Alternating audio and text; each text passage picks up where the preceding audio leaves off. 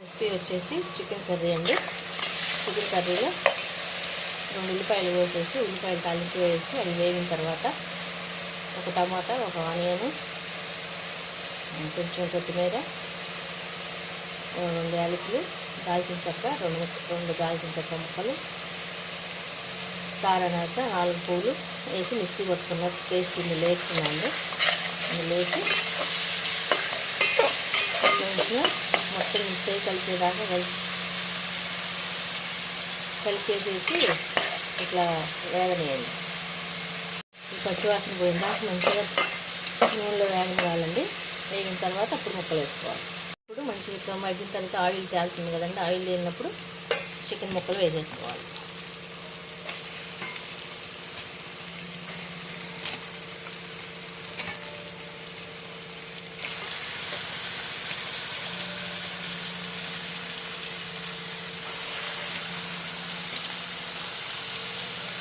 వేసాక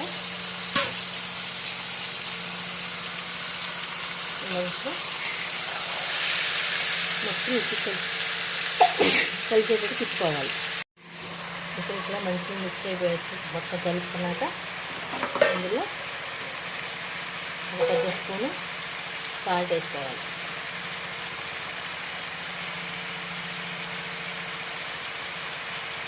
పెద్ద స్పూన్ వేసుకోవాలండి. స్పూన్తో 1 స్పూన్ సాల్ట్, పెద్ద స్పూన్తో 1 స్పూన్ కారం,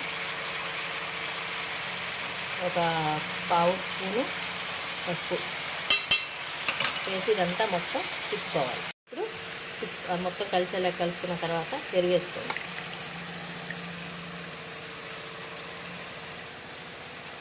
పెరిగేసి మొత్తం కలిసేటట్టు తిప్పుకోండి. ఇప్పుడు మంచిగా ఇట్లా తిప్పుకున్నాక దీని మీద మూత పెట్టేసుకోండి. మంచిగా మగ్గనివ్వండి. అవి వేసేసుకున్నాక ఇంట్లో మసాలా పొడి కూడా 1 స్పూన్ వేసుకోండి. మంచిగా కలిసేటట్టు తిప్పండి. మంచిగా కలిసేటట్టు తిప్పేసేసి మూత పెట్టుకోండి.